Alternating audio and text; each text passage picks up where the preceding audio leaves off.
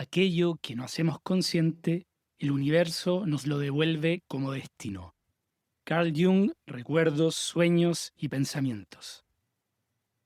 Hola caminante, soy Nico y esto es En el Camino Podcast y hoy vengo con un capítulo personal, pero no por eso alejado de ideas. Les voy a contar dos eventos extraños, misteriosos, irracionales que me ocurrieron y que definieron mi vida hasta el día de hoy, pero los cruzaré con ideas de Carl Jung y de la física también. Así que luego más de 60 episodios de filosofía, literatura, psicología, ciencia, voy a compartir un poco de todo aquello, pero basado en autobiografía.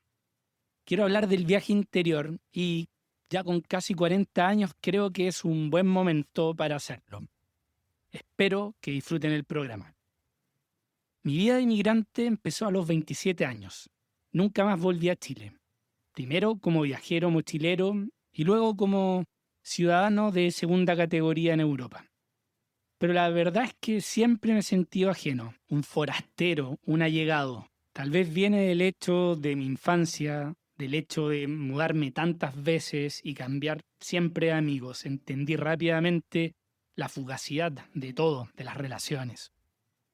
Me recuerdo ya en mi adolescencia, cuando muchos de mis compañeros o amigos se preguntaban en qué colegio querían poner a sus hijos, cuántos hijos querían tener o en qué barrios querían vivir, en qué querían trabajar, y me sorprendía que tenían respuestas tan claras. Me impresionaba escuchar esas conversaciones entre gente tan joven, tan chica, con los caminos ya trazados, por el motivo que sea, en el que daban por hecho que iban a vivir en el mismo lugar, que tendría los mismos deseos y mismos sueños, todas cosas que yo desconocía absolutamente. Entré a estudiar economía, bueno, porque algo se tenía que hacer, era el mandato. El tiempo me dio la razón. Llegué a Francia con casi 30 años de carambola. Nunca fue un objetivo, se dio así nomás. Pero algo me empujaba, algo inconsciente, además del amor de mi mamá por el país galo. Amor que en todo caso no compartía, no por odio, sino porque conocía muy poco de Francia.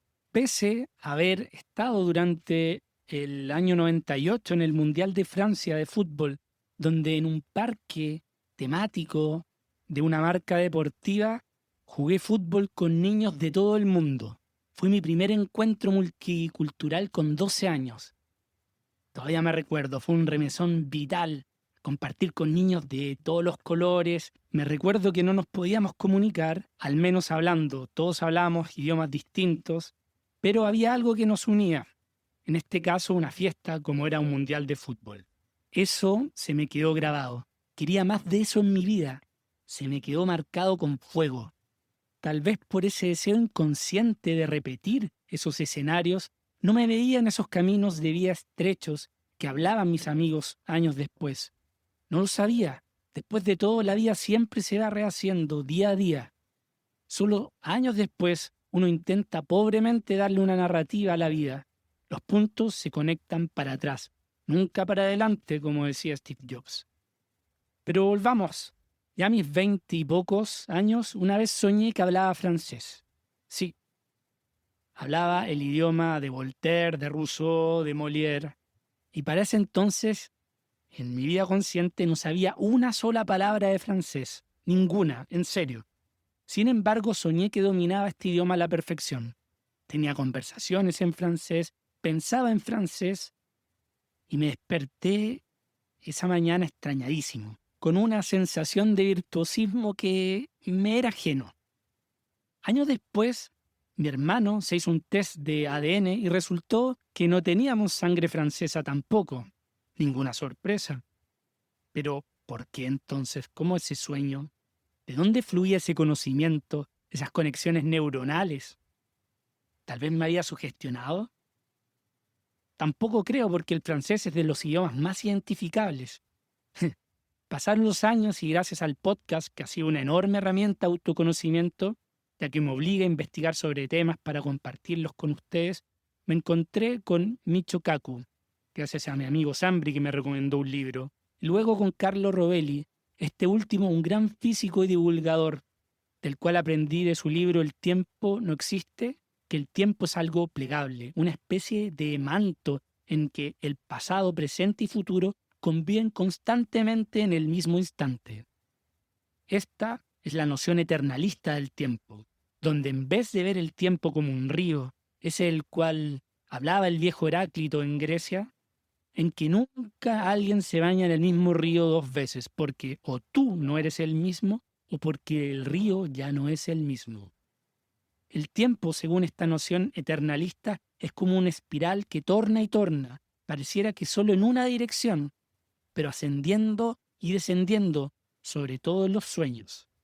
Años después aprendería el francés, que es el idioma del país en el que viviría. Muchos años después de este sueño. ¿Qué significaba esto? ¿Qué significaba este diálogo? Algo similar me pasó la primera vez que fui a Argentina, también joven, con 13, 14, 15 años, donde sentí una gran afección, un gran afecto. Sentí que era como estar en casa.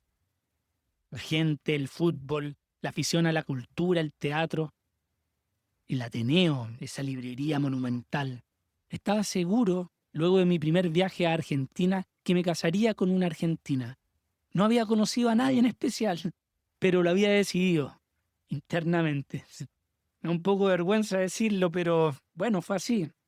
Tuvieron que pasar casi 20 años y la persona con la que he compartido mi vida ya los últimos 7, 8 años y con la que vivo en este país extranjero es italiana. Y nada más parecido a Argentina que Italia. Pasionales, cultos, conversadores, polémicos, confrontacionales. Yo que soy más bien opuesto a eso, me gusta y me atraen esos rasgos. Y uno siempre busca lo que no tiene.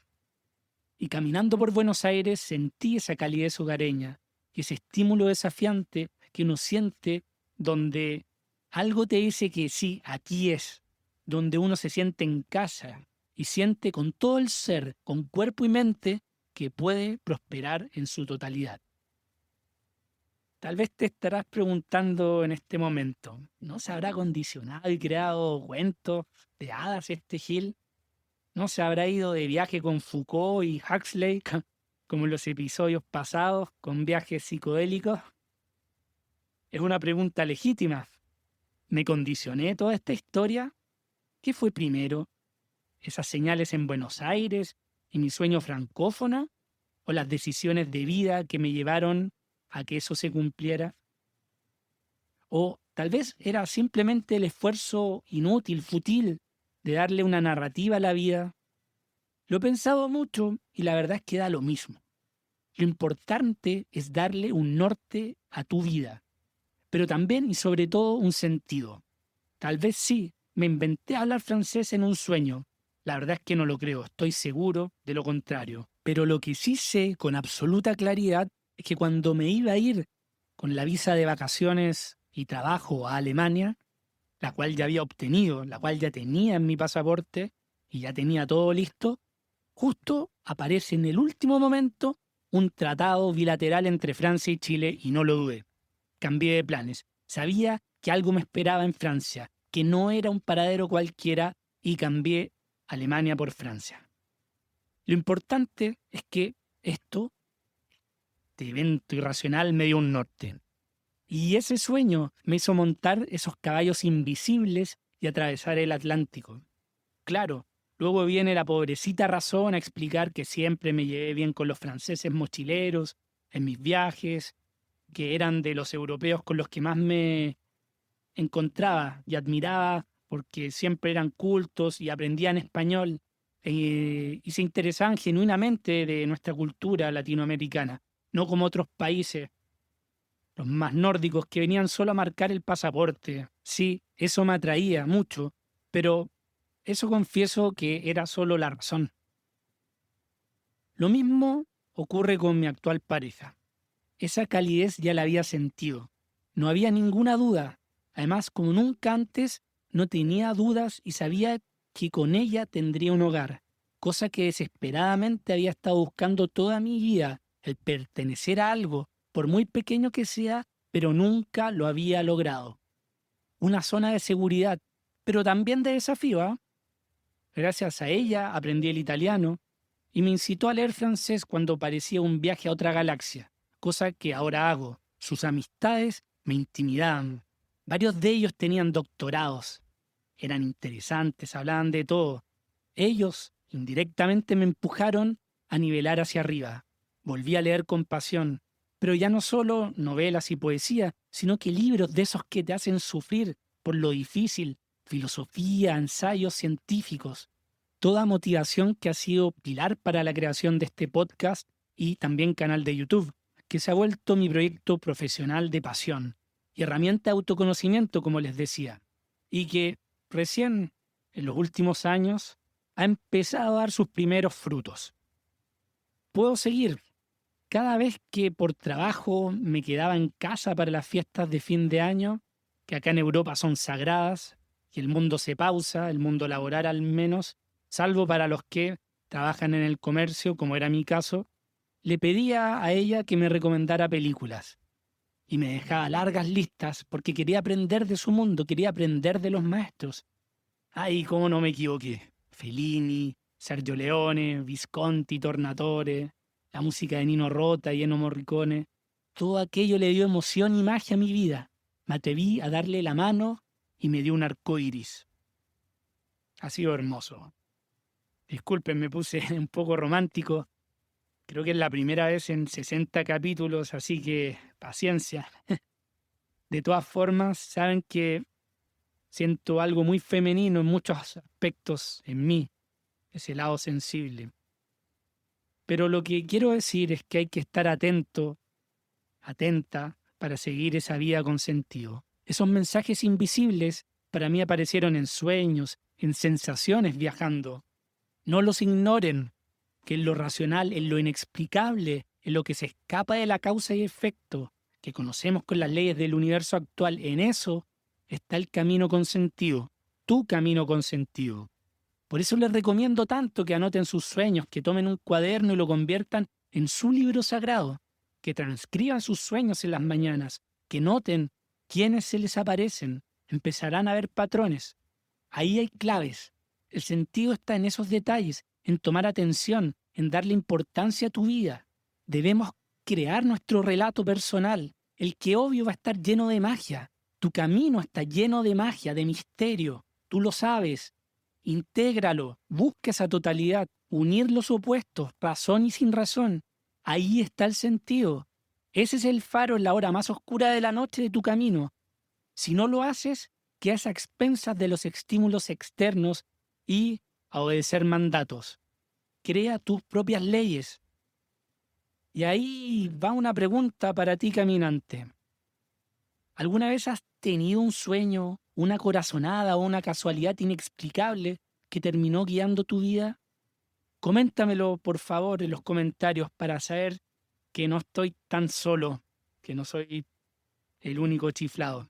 Tal vez estás pensando que soy el místico, y en cierto sentido sí, pero a mí me gusta hablar del misticismo, de lo espiritual, desde la ciencia. Eso sí tiene poder, si no, la palabra nace muerta, como dice Labatut. Es que me gusta ir donde los señores autodenominados lógicos, esos escépticos, a todo lo que denominan rápidamente irracional y probarles lo contrario. Bueno, hay teorías como la teoría de las cuerdas física que intenta explicar que las partículas fundamentales más pequeñas del universo, los ladrillos del universo, no son puntos ni materia estática, sino cuerdas vibrantes en un universo de 11 dimensiones. 11 dimensiones. Pero nosotros, con nuestros pobres sentidos, solo percibimos 4. El alto, el ancho, la profundidad y sí, el tiempo. Esta teoría no ha sido validada, pero es de las teorías más serias en el mundo de la física. Michio Kaku, otro divulgador de física, dice que estas dimensiones estarían enrolladas a escala subatómica, a una dimensión imperceptible para el ser humano. Por eso está tan esperanzado en que los aceleradores de partículas, esos túneles de kilómetros y kilómetros, puedan producir nuevas partículas más pequeñas o de antimateria que validen la teoría a la cual suscribe. El universo es una sinfonía de vibraciones de cuerdas. Si ni siquiera podemos percibir esas 7 dimensiones ocultas, ¿cuánto más de la realidad ignoramos? Jung diría que el inconsciente colectivo opera en una de esas dimensiones ocultas. Ese inconsciente colectivo que nos pertenece a todos los seres humanos y del que formamos parte, y que se manifiesta a través de arquetipos ancestrales. Ese inconsciente colectivo podría operar vibrando en esta sinfonía cósmica que nos une a todos con todos, en todos los tiempos. Y si las cuerdas vibran en dimensiones ocultas, ¿por qué no los sueños premonitorios no son resonancias de esas vibraciones, como me pasó con el francés que soñé saber y que años después aprendería? ¿No vibramos también nosotros? Esa atracción por Italia, esa sensación de hogar en Argentina, ¿serán resonancias de cuerdas que conectan personas, lugares, destinos y tiempos? ¿No es la música el corazón del mundo? Esa que despierta recuerdos incluso a personas con Alzheimer, casos que están documentados por la neurociencia a través de la música de juventud en pacientes que logran recuperar memoria motriz y sobre todo emocional por instantes luego de escuchar esa canción de juventud.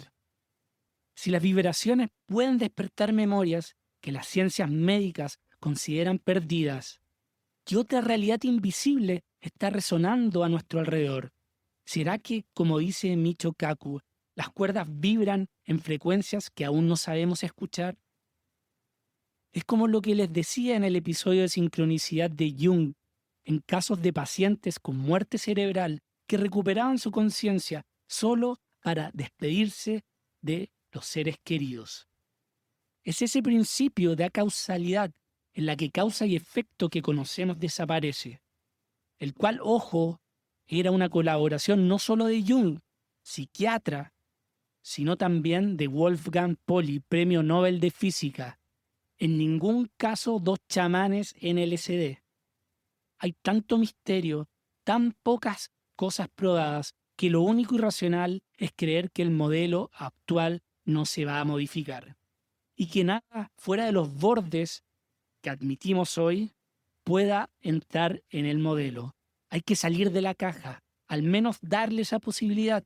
Si tuviéramos todavía esa mentalidad conservadora, estaríamos todavía bailando para que llueva, todavía seguiríamos cazando brujas o adorando momias. El progreso siempre parece irracional y loco, hasta que un día no lo es más. No conocemos nada, intentamos tomar agua de una cascada que nos supera y abruma y ahoga. Aceptémoslo, abrámosle las puertas a eso que no podemos explicar, al misterio, porque un día sí se podrá. Eso era lo que les quería contar a través de estas 2 historias personales. Y ya me empiezo a despedir. Por favor, déjenme un comentario, denme una señal si este tipo de episodios más personales les gusta o no, o si no vuelvo 100% a los libros y a las ideas.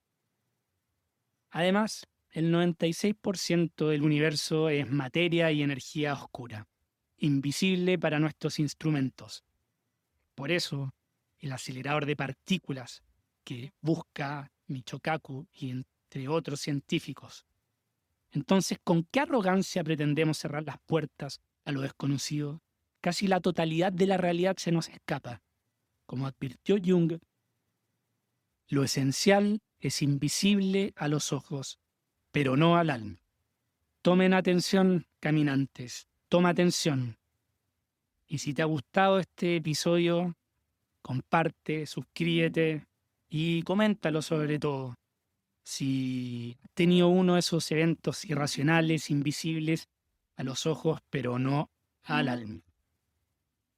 Hasta la vuelta. Chao.